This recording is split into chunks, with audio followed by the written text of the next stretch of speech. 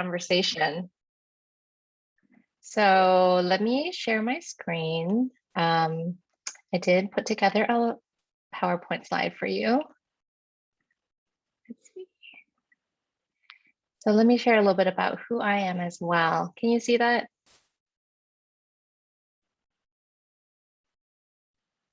Let's see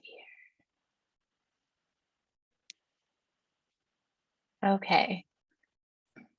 So I am Dr. Nellie Tran. I am an associate professor in the Department of Counseling and School Psychology. And my training is actually in community psychology. So I consider myself a STEM faculty woman of color. And I do research, I'm a scientist, and my interest in this topic is one, it's personal. I do a lot of research that is inspired by my own experiences. And I've also, I'm going to share a little bit about some of the work that I've done that's funded by the National Science Foundation, and about the experiences that women have in the academy as STEM women. And whoops. So that's kind of where my interest comes from. Today's talk will focus mostly on gender and sexist microaggressions, but microaggressions really, it can reference any identity that one holds. And so when they intersect, there is even yet another category of microaggressions that one could experience. And so today we'll talk mostly about gender and sexism, but just know that, you know, you could easily think about this in other areas of your life. And it changes also as we move from one context to another.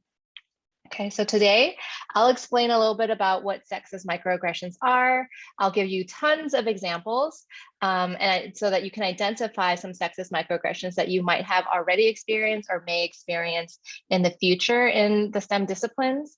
And then hopefully we can get to then identify responses that might mitigate the impact of sexist microaggressions. Oftentimes we can't necessarily prevent microaggressions from happening, but I think the important thing is that we talk about, one, how can we respond if that's what you choose, is to respond or react, and also how to prevent the movement from having experienced something that is a microaggression to having it impact us as individuals. So it can exist in the world, but if it impacts us, then we certainly want to do something to prevent that continuation of the harm. Microaggressions, just generally, definitionally, are verbal, nonverbal, and or visual actions, behaviors, and environmental indignities. I'm going to go through each of those real slow for you. So often perpetuated unintentionally or intentionally by well-meaning individuals that ultimately invalidate and communicate hostile, derogatory, or negative racial, gender, sexual orientation, and religious slights and insults to the target person or group. So real fancy talk for this happens all of the time. It happens all around us. It happens in lots of different ways. It happens from people who love us and care about us. And it happens because people mean to hurt us, but it often happens because the person doesn't necessarily even know that they are hurting us. So people often talk about microaggressions as feeling paper cuts. So if you think about a paper cut, you know how sometimes, or mosquito bites, but I feel like paper cuts is the example that really fits for me. Sometimes we experience paper cuts. Have you ever had the incident, the occasion where you've gotten a paper cut and you don't even know that you got it, but then you look down at your hands and you realize you got a paper cut? I feel like microaggressions kind of resemble that experience for me, because I may have experienced a microaggression and gotten that paper cut, but I didn't actually know it at the time. And then I realized, oh, wait, that was a microaggression. And all of a sudden it hurts. And, you know, just like the paper cut, as soon as we notice it on our hand, all of a sudden it starts hurting it. It's kind of baffling how it didn't hurt the whole time that we had it until we had acknowledgement or recognition that the cut was even there, right? The mosquito example here, know where you really from, is kind of a classic microaggression pertaining to race. But similarly, you know, one one mosquito bite might be itchy, it might be annoying, but it's not going to kill you. But if your entire body is covered in mosquito bites, it's going to be much more dangerous. It's going to be much more uncomfortable. The impact is much stronger. So over the course of time, microaggressions don't just go away, right? You kind of remember them all the time. So I want you to also be careful that as I talk about microaggressions today, notice how you feel in your body. Some of this might be new for you. You might not personally identify these instances as microaggressions or something that is even harmful, and that's okay. But what I want you to understand is that on the science side of this, what we know are that these types of instances actually do create harm in the body. We have physiological responses as well as psychological responses to these types of incidences, and that they harm us in ways that sometimes feel invisible. And so you don't even have to identify them as harmful incidents, harmful events for them to have an impact on you as individuals. Okay, so we said that microaggressions are verbal. So here's an example of one. There are things that people can say to you, right? So this this particular woman says, "Wow, majoring in computer science is pretty great for a girl," right? So if you notice, it's kind of like, well, okay, that's a compliment, right? The person is well-meaning, but there's this underlying subtext to this comment that says, wait, so it's not pretty great for a person, it's just pretty great for a girl. So what does that mean? What are girls supposed to be then, right? And those are the kind of incidences that leave the individual thinking, wait, is it me? Am I being overly sensitive? Or, this is a compliment, right? I should just take this well. And when you find yourself doing that questioning of like, wait, whose fault is this? That's when you know you're dealing with a microaggression. Right, they can be behavioral. They're things that people do. There's this video on TikTok that's gone viral, if you haven't seen it, of this woman. This is an engineer, a woman in STEM, and she, is doing virtual education like most of us are.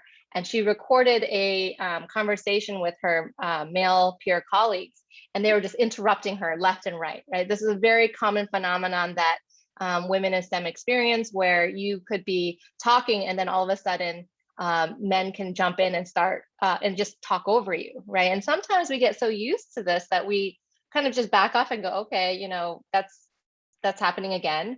But those instances, the more that it happens, the more it invalidates who we are and what we have to say. Right? Another form of behavioral microaggression that's really important is called benevolent sexism. And sometimes we might not even be able to identify this in the moment, but especially in male-dominated work environments, women may be given less meaningful tasks or positions, fewer resources, and receive praise for less meaningful accomplishments, right? So what this means is it may seem well and dandy that you got placed on a team of people. It might be great that you got a position in a lab. It might be great that people are applauding you for things that you've done well, but sometimes, a lot of times, women report that they're getting, they're on the team, but they're constantly being asked to take the notes, right? Or they get to join the lab, but they're still asked to plan the lab get together on Friday nights, right? Or they're the ones who have to plan the Zoom. And sometimes the lab meetings may slow down in those moments where there needs to be organizational assistance. And then all of a sudden, women are tasked with these positions.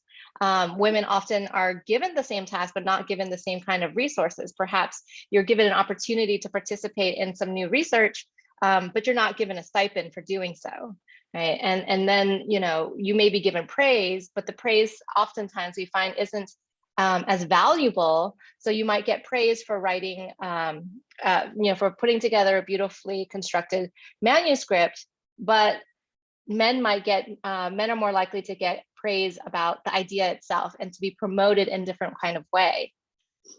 Microaggressions are also environmental, meaning that they are the things around you, right? This is a classic example. There's a wall when I first started doing this research, people would often talk about the wall of famous people at Harvard, and how they had all these men on there, and that the only woman that was pictured was Helen Keller. And so, what message does this send to us, right? That in order for us to make the wall famous, folks at Harvard, you had to be exceptional. Yes, of course, let's be exceptional. But for women, you had to be exceptional and do it while you're also blind, and deaf, and do exceptional work above and beyond all the others on the wall, right? And then I came to San Diego State, and I realized, oh, we have that kind of stuff here as well. So I was put on a diversity committee, and then we were given the president's conference room, and I come in to do diversity work, and the walls are lined with pictures of white men. And I thought, wait, we're supposed to do diversity work while surrounded by our history of patriarchy and our history of whiteness. And so, and everyone said, well, we have a new president. I said, yes, but she's not on. I'm not going to be doing work in an environment that actually reflects this, that women can make it into the upper echelons of our university, right?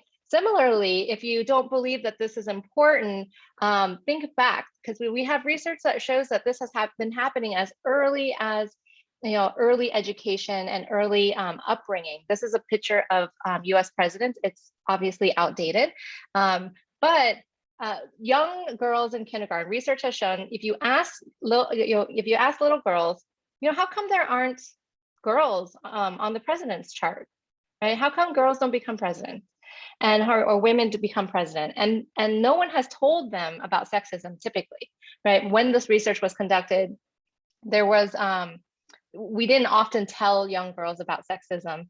And so it turns out they didn't need us to tell them why there were no women on the president's chart. They were perfectly fine making up their own reasons, right? Because adults around them had not provided them with an explanation.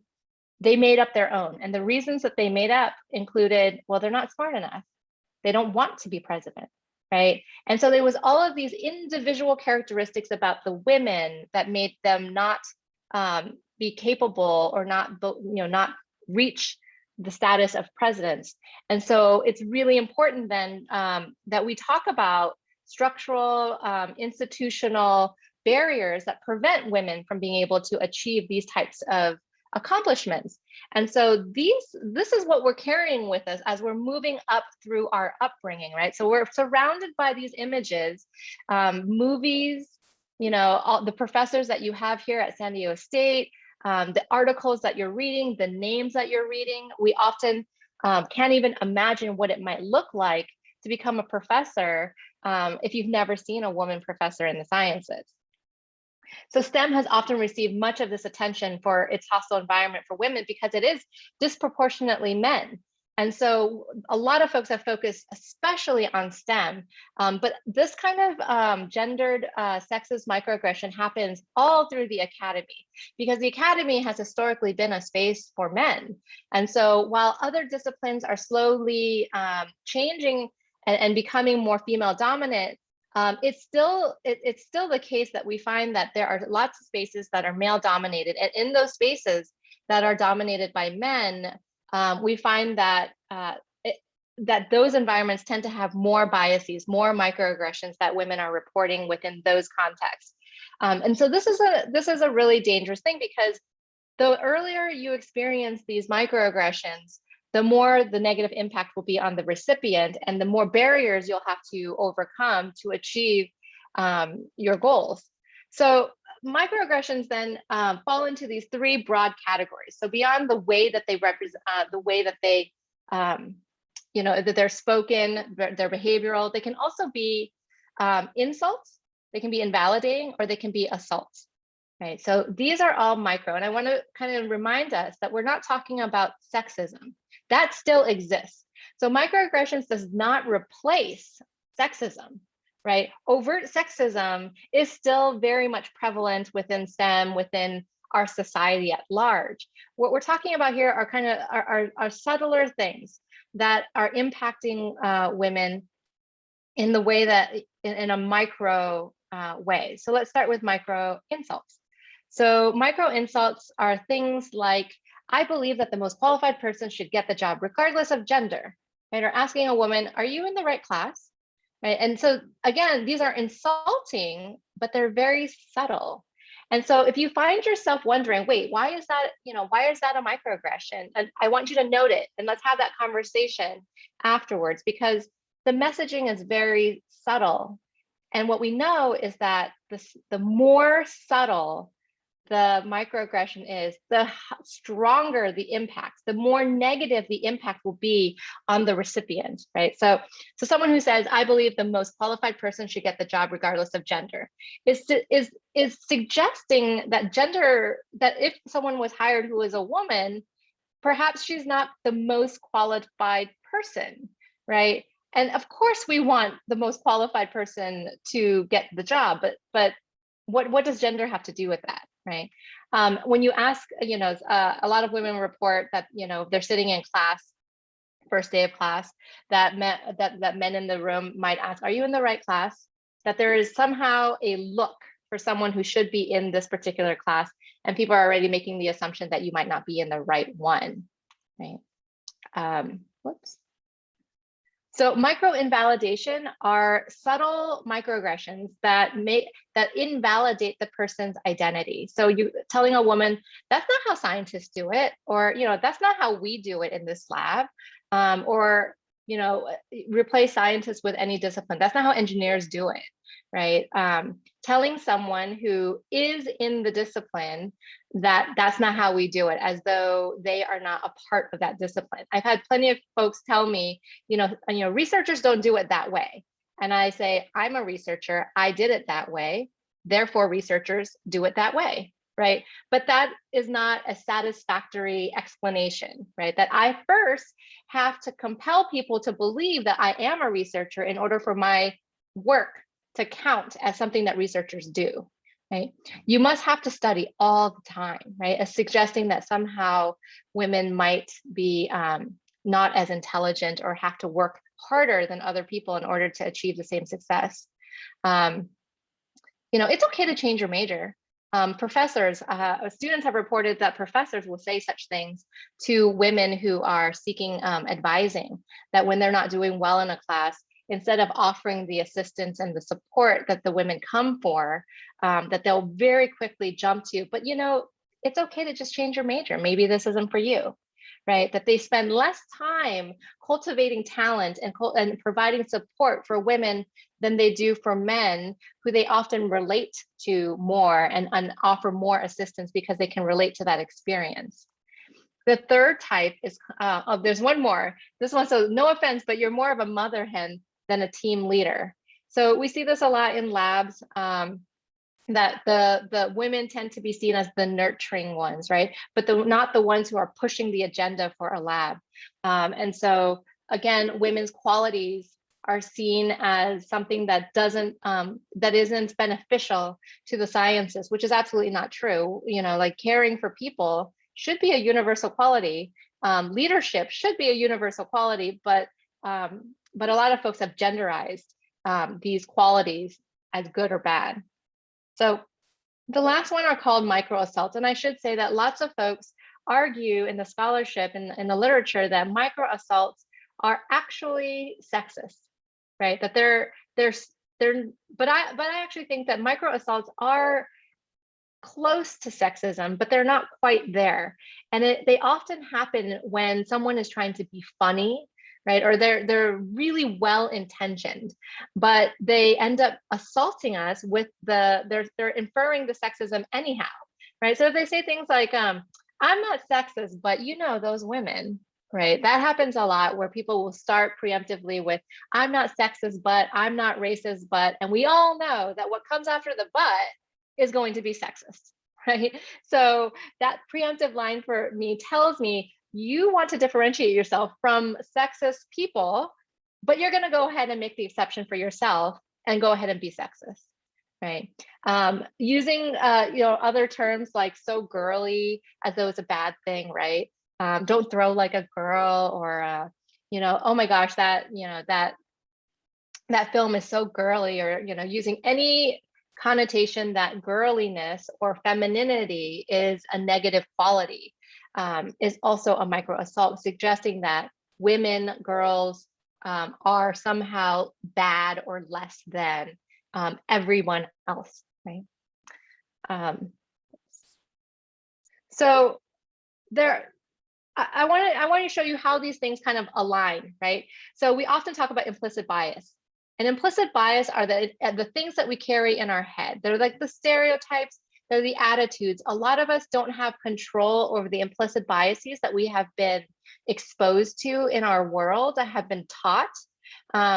They surround us. And as adults, we learn that we carry these with us, and then it's what we do with it, right? So it could be things like boys like to play with building blocks, girls like to play with dolls, right? We might not believe that ourselves, but we have certainly come from an environment and a society that has built some of these beliefs into the fabric of who we are as a country and as a peoples. Those things, if they only lived in your head and never went anywhere else, wouldn't be such a problem, right? Because we can control what comes out of our mouth. The problem is it doesn't. The implicit biases that we hold end up resulting in the microaggressions that we then experience out in the world. So microaggressions being, so if I hold these very gendered stereotypes of how, what toys and ways do boys and girls like to play, then I might end up saying things like, oh, you like to play video games and do programming too? That, somehow you have now taken that implicit biasy and actually verbally implied that someone could not or isn't expected to enjoy certain types of activities merely because of their gender. And women then end up experiencing this type of aggression more so than men. And then lastly, what we really want to prevent then is that, look, even the best of us who can correct all the microaggressions that we have, attenuate for all the implicit biases that we might have been raised with in our environment. But what we're really interested in kind of on a systemic level is, do those microaggressions result in inequities, right? It wouldn't be a problem if people microaggressed me and they beautifully apologized for it and I trusted them and it never resulted in anything else. But that doesn't happen, right? Right now in our society, what happens is implicit biases results in microaggressions that people experience, which then results in inequities that we see. And one that we see commonly is that women end up spending more time legitimizing their presence in STEM, right? So it's this, it comes off as a very defensive way of being, where you end up having to articulate to people in your life, right, your family, and society at large, that you belong, that you're good enough to do it, right? And then we, as if it wasn't enough that we already generally mostly have to deal with these feelings of not being good enough. Now we have to do it and also exude confidence and be exceptional in order to be successful in a discipline that wasn't created for us, right? So I conducted some research, because all of this was great, but what we needed to do was to be able to assess what was going on the ground. And so I developed, I worked with a bunch of people, and we across many universities, and we developed this scale called the Perceived Subtle Bias Index. And what we did is we interviewed women in STEM across universities, and we developed items on a measure that would represent those items that, those experiences that women had, that experts in the field suggested were subtle biases or microaggressions.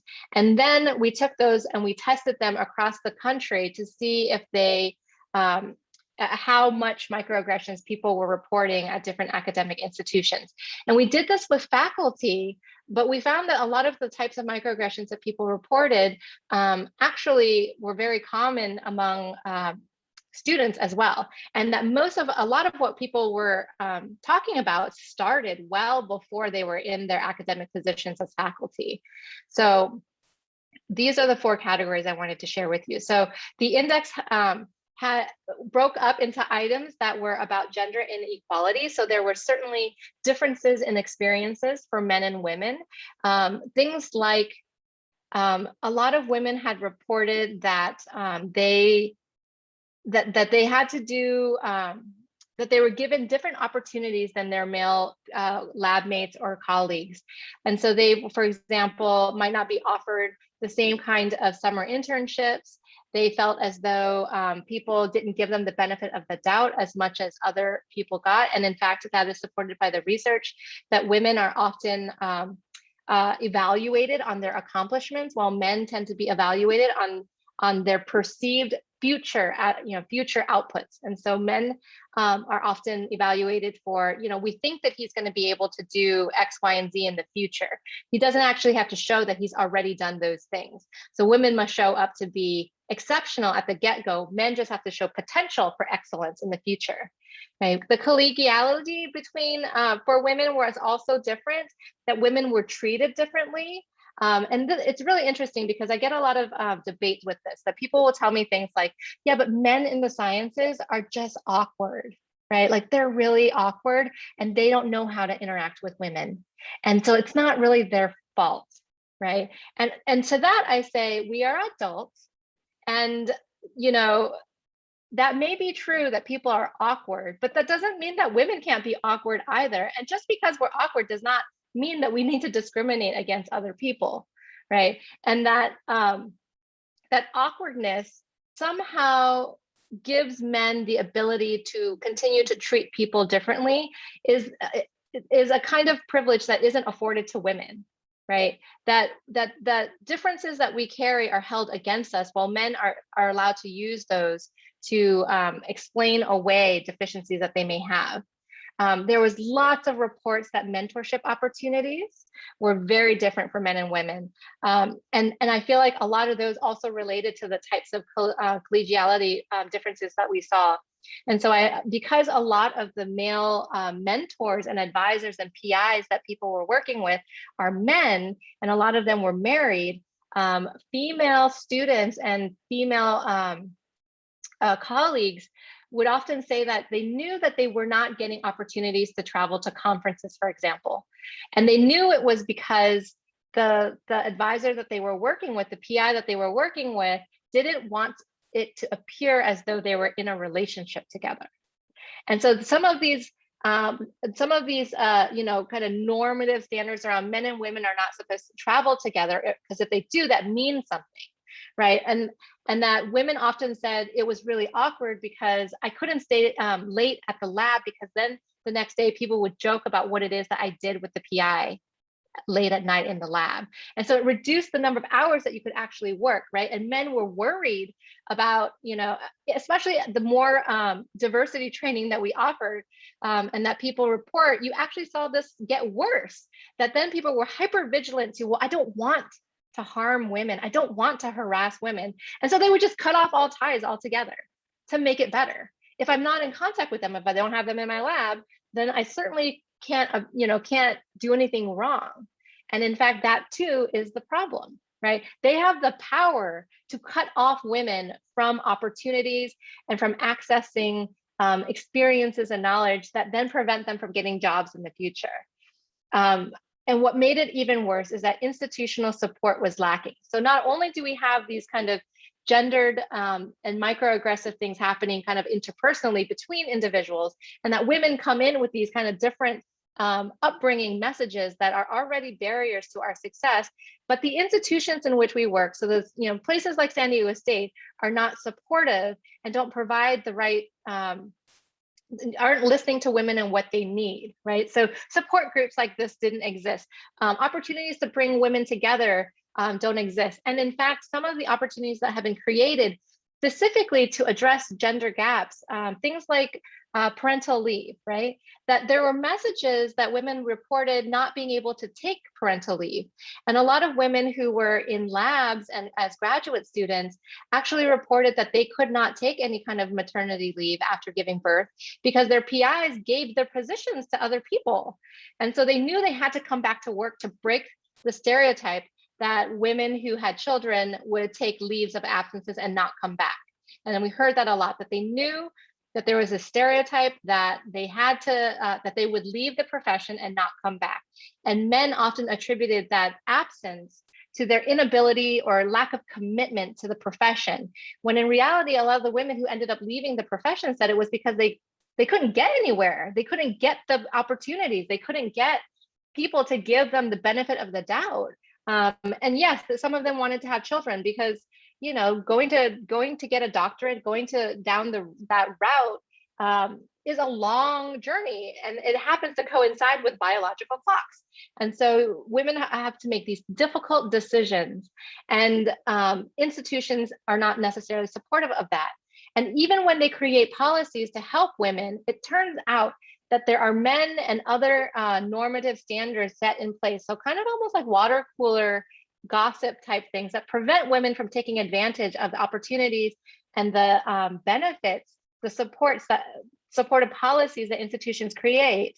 And so women don't feel like they're allowed to take it. And if they took it, that they would be, something would be held against them, that people would look down on them. So it turns out much of the research shows that men end up taking parental leave more often than women do. And that when they come back, they've actually been more productive on their leave time than women have been. And they've been more productive than they were prior to taking their parental leave as well. So men then are taking advantage of opportunities that were intended to create parity between men and women, and actually widening the gap of productivity. So if you can imagine that gender neutral and gendered policies that were meant to reduce gaps in salary, in productivity, in opportunities are not taken by women. And if there are resources that are available to women, but the messaging is that you should not be taking them, then still we're only furthering widening the gap. And those two then are environmental microaggressions and arguably sexist policies that need to be considered. So the gist of this is that microaggressions are really difficult to identify, but they affect victims even when they don't consciously recognize this. And we know this over and over again in the research, that the victims of microaggressions don't have to identify it.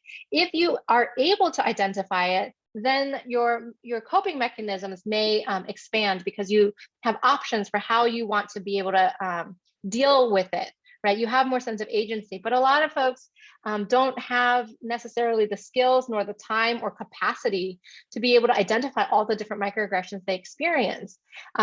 The more subtle the biases, the stronger the effect on the victim. And I want to be very clear about this, because we think about the big sexist things that happen to us and we don't worry about the little things. And what we know is that we're talking like, if you collect demographic information before you take a math test, women will underperform relative to when you take the demographic information at the end of a math exam, right?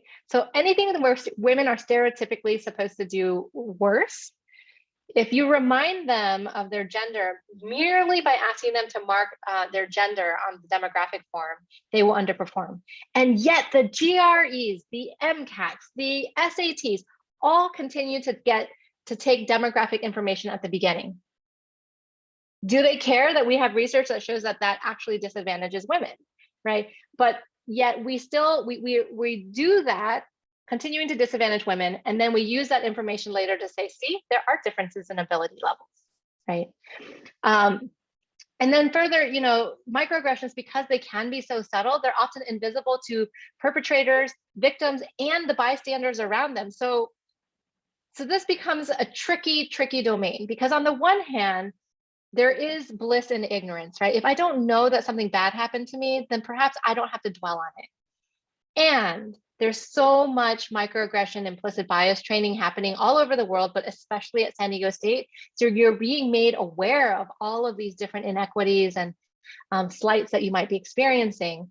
And so they're everywhere now. And if they're invisible, you have fewer options. But if you see them, then perhaps there will be people who could intervene. Perhaps you can have more resources to help deal with the aftermath of experiencing microaggressions. Right. So what do we do? Right. This is the big question. So I've showed you a bunch. Now, what happens when these things happen to you? What are you supposed to do about it? Well, you have some options. So remember, if this is the trajectory, right? Implicit biases lead to microaggressions, leading to the resulting inequities. What we want to do is target these in-between moments. What can we do in between implicit biases to prevent them from turning into microaggressions, right? Okay, so then we experience microaggressions, but how can we prevent it from becoming an inequity in the future, right? So if what I have access to at the moment are you all, the people who are likely to experience these types of sexist microaggressions. There are many ways to cope with it. One, check with social support networks, and you all are doing that right now, right? You are surrounding yourself with people who are in similar circumstances so that you can check, we call it checking your craziness, right? So if you don't know and you're ruminating by yourself about like, oh my gosh, this thing happened, I don't know what it means. Is it me? Is it them? Whose fault is it, right? It's hard for us to do that for ourselves, but it's easier for us to do it for other people. So if you can turn around to someone else and say, hey, this thing keeps happening to me. People keep saying to me, telling me that I'm not smart enough to be, in the sciences. Do you think that's true? Then they can say, that's crazy. We have the same GPA, right? We're in the same classes. What are you talking about? Who's saying this to you, right? That it's easier when we see that, when we hear that from someone else to go, oh, okay, I'm okay. I'm not alone. This happens to other people. And that's what we want. The number one thing that we have learned about experiencing any kind of microaggression or even racism and sexism is externalization helps the most. The problem is so many of us learn to internalize. We take it inward.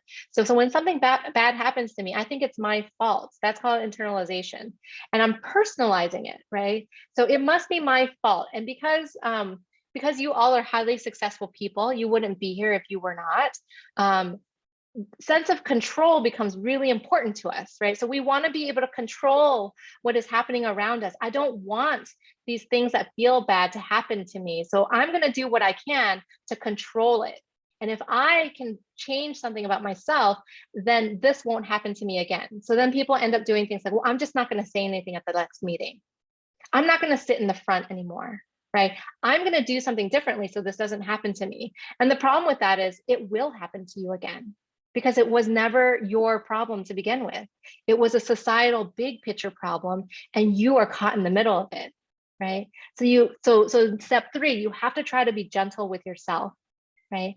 You need to know what you can and cannot control.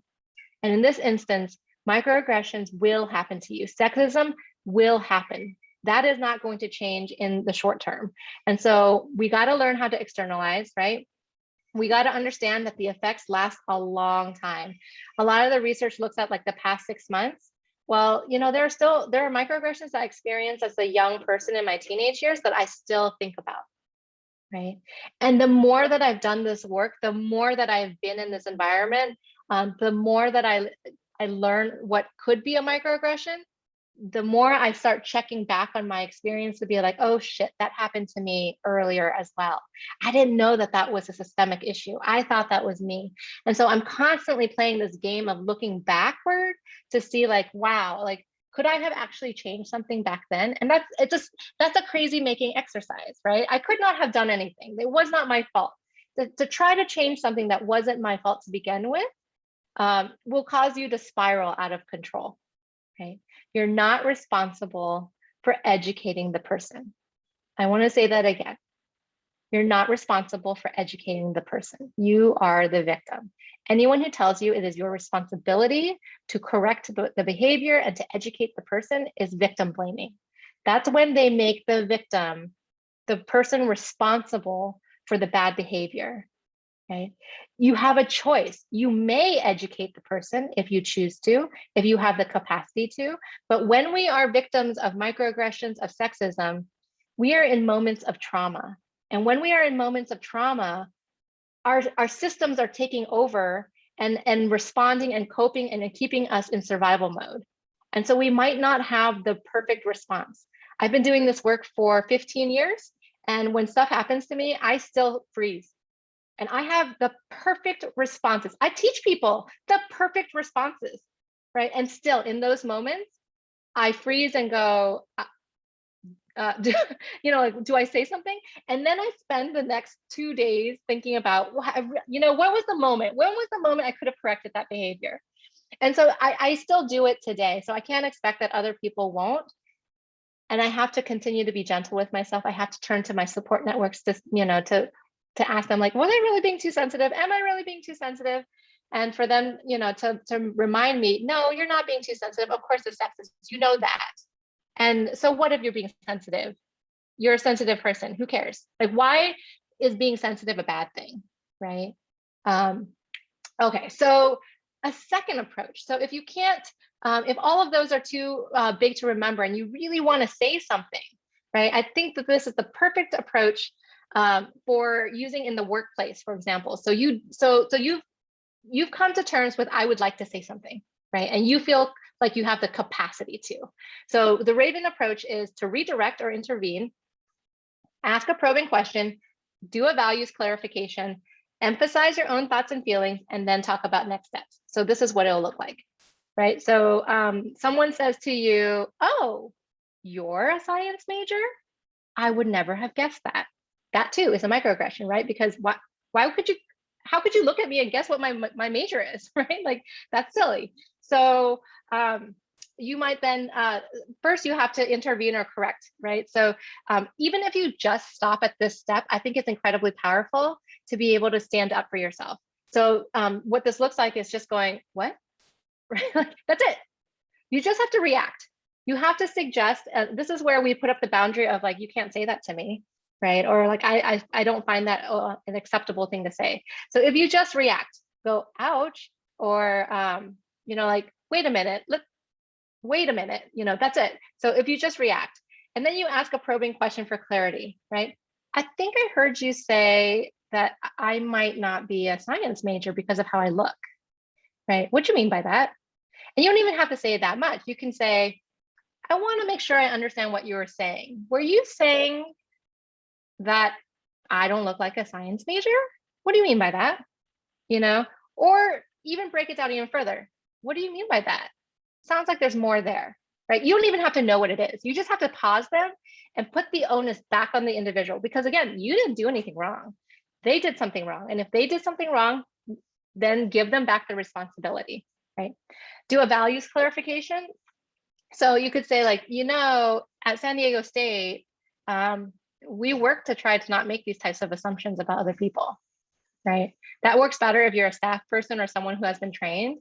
But you could also say, like, in this lab, we focus on outcomes. So what's that all about? Or we value everyone who does this work. What are you trying to say? Emphasize your own thoughts and feelings, right? So when you hear using I statements, so when I hear you say that, it makes me feel like I don't belong here, right? Or, people say that to me all the time, and it makes me feel like you don't think I should be a science major. Is that what you mean? And people will instantly backstep, right? And then you talk about next steps. So, next time I think why don't you just ask someone what their major is? Let's not make assumptions, okay? So the Raven approach will help you to walk through that. And I know I want to stop so we have time. So if you're I'll send along these slides, but if you happen to be the microaggressor yourself, we are all capable of microaggressing others. Here are some tips for how you can backtrack a little bit and correct yourself. You should be prepared as both the victim and the perpetrator in the world of microaggressions. And remember, microaggressions are micro, right? Racism, sexism, heterosexism, other isms still exist. They are not the same thing. And I like this. There was a Twitter thing where people said, so does everyone here know what Watson and Crick discovered, right? And someone says, well, Rosalind Franklin's notes, right? Because who discovered, what did Watson? So to me, this isn't a microaggression, right? There was an intentional miseducation in our sciences about who Watson and Crick is and whose science they discovered, right? And a lot of times, a lot of our sciences, there were multiple people who discovered the same phenomenon at the same time, but one person, typically the men, got credit for it, right? That's not a micro, that's just straight up sexist, right? There was a preference for someone else's work. Okay. So just to remember then that we don't want to call everything a microaggression, and it's important that we don't call everything completely sexist as well. The nuance I think is really important, especially as a psychologist, it's really important because the impact of it is different. Sexism is actually easier for us to deal with psychologically than a microaggression is, because sexism, I can easily show you this, this quote here. This is sexist because Watson and Crick did not discover the structure of the DNA, right? It's easy for me to be able to say that and show you evidence. A microaggression tends to be much less clear, and that's what makes it much more dangerous, right? So let me stop there and remind folks, you might not agree with everything that I've said, but the one piece I want you to really focus on is you don't have to agree with me. The science shows us that you are impacted by this because you are in the minority. And that's what I want you to pay attention to, is we're all working to make the environment better so that you can succeed with fewer barriers that you have to, and fewer hurdles that you have to jump over, okay? That's what I have for you. So what has this brought up for you? I'd love to spend a couple minutes kind of talking through what's coming up for you. Let me stop sharing. Thank you so much, Dr. Tran. I'll go ahead and stop recording as well in case that'll help folks feel more comfortable.